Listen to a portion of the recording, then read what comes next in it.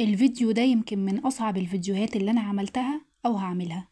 بصراحة أنا كنت مترددة جدا إن أعمل الفيديو، مش لأني مش عايزة أتكلم، لكن علشان الموضوع تقيل قوي على القلب، وعارفة إنه ممكن يوجع ناس كتير.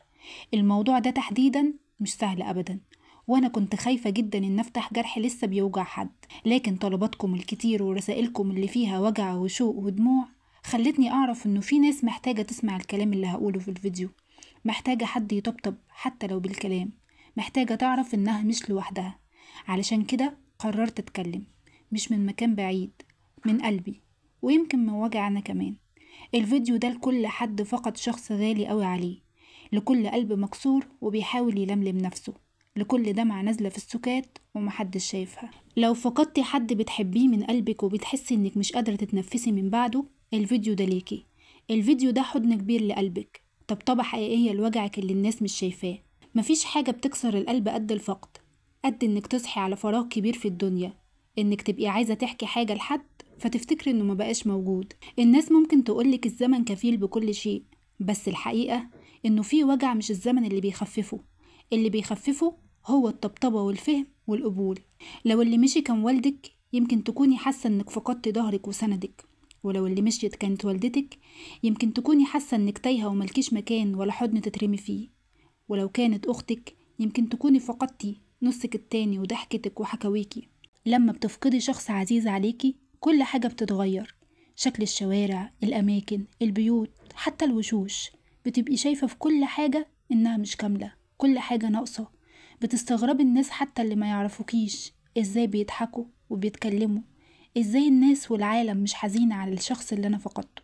مش بقولك كده عشان أوجعك، بقولك كده عشان أفهمك إن أنا حاسة بيكي وعارفة انت بتمري بإيه وإيه إحساسك دلوقتي، وعايزة أخد بإيدك واحدة واحدة ونطلع برا دايرة الحزن لدايرة الرضا والقبول، لدايرة الشخص اللي فقدتيه يبقى حابب يشوفك فيها. ودلوقتي لازم نسأل نفسنا سؤال: هو ليه الفقد بيوجع قوي مهما عدى من وقت؟ بكل بساطة علشان الحب حقيقي، علشان في بينكم أيام وصوت ورايح وضحك، وعلشان في أماكن في قلبك اتبنت مخصوص علشان الشخص ده. فلما راح الأماكن دي فضيت. لكن تفتكري لما تزرعي زرعة جميلة وتمشي، هل الجمال ده بيختفي؟ طبعا لأ، بيفضل وبيكمل وبيطرح ورد تاني وتاني.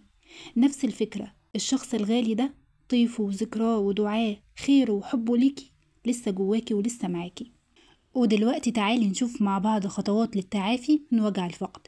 رقم 1: اسمحي لنفسك انك تحزني. مفيش حاجة اسمها انك لازم تعدي اللي انت فيه بسرعة. الحزن مش نقطة ضعف، الحزن احترام للمكانة اللي الشخص ده اخدها في حياتك. عيطي، اتكلمي، فضفضي، اكتبيله حتى لو مش هيرد، قوليله انك مفتقداه وانك بتحبيه وانك نفسك تحضنيه تاني. ده مش ضعف، ده حب. رقم 2: ما تقطعيش الذكرى، بس ما تعيشيش جواها. يعني ايه؟ يعني اوعي تنسي الشخص الغالي ده، بس كمان ما تعيشيش بس في الحنين. خلي صورته تديكي دفء مش وجع، خلي دعائك ليه عادة يومية مش لحظة بكا. ولو تقدري اعملي حاجة باسمه، صدقة، خدمة لحد، كل حاجة نيتها تروح للشخص ده.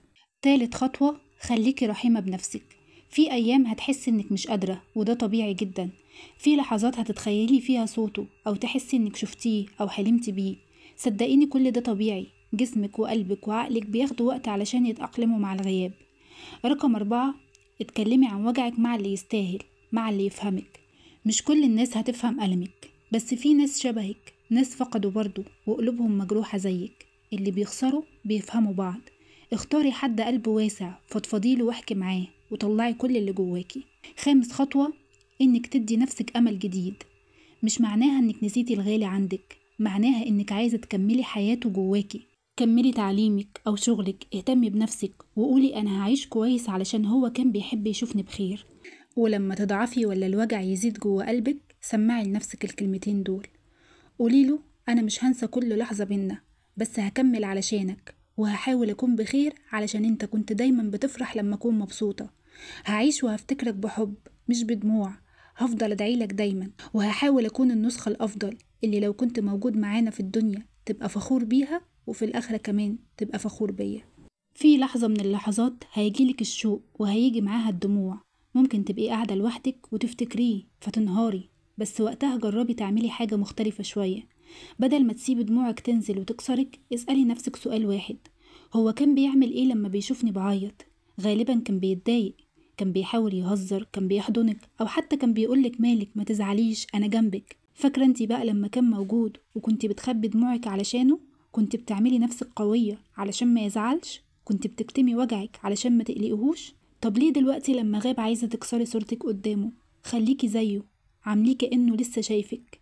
كل مرة تيجي تعيطي عليه افتكري شكله وهو بيحاول يفرحك، وبدل ما تسيبي الحزن يسحبك امسحي دموعك وادعيله. قومي اعملي حاجة حلوة، صدقة، دعاء، فرحي نفسك عشان هو كان بيحب يشوفك مبسوطة.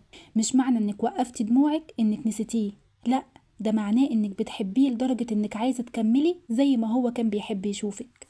وانت بتتعافي خدي عهد بينك وبين نفسك انك مش بس هتعيشي علشانه، لا، هتحققي احلامه اللي كان نفسه يشوفها فيكي. اشتغلي على نفسك وطوريها وانجحي، كوني النسخة اللي هو كان دايما بيحلم يشوفها.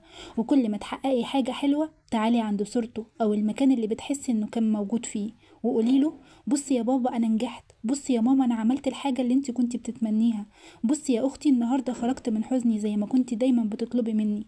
وبما إن الشخص اللي انت فقدتيه لسه روحه معاكي وحواليكي وحاسس بيكي، خليه يعيش معاكي كل لحظة فرحة، خليه يشوفك وانت بتضحكي، خليه يسمع صوتك وانت بتقولي أنا كملت، بس انت لسه جوايا ولسه معايا. اللي بنحبهم بيمشوا بأجسادهم بس أرواحهم بتفضل حوالينا، في الكلام، في الدفى، في الأحلام. عيشي وافرحي وطلعي أجمل ما فيكي، مش نكران ليهم بل وفاء، علشان هما اللي زرعوا النور ده جوا قلبك. وبكده خلص الفيديو بتاع النهاردة، بس كلامنا مع بعض عمره ما هيخلص. أتمنى يكون كلامي حس بيكي وطبطب على وجعك، أتمنى أكون فهمتك وشرحت اللي انتي بتمر بيه بجد. أتمنى تلاقي في الفيديو ده حاجة تطبطب عليكي وتهون عليكي الوجع اللي انتي بتمر فيه. وفي النهاية ربنا يرحم جميع أبائنا وأمهاتنا وأخواتنا وجميع أموات المسلمين، اللهم آمين. أستودعكم عناية الله، والسلام عليكم ورحمة الله وبركاته.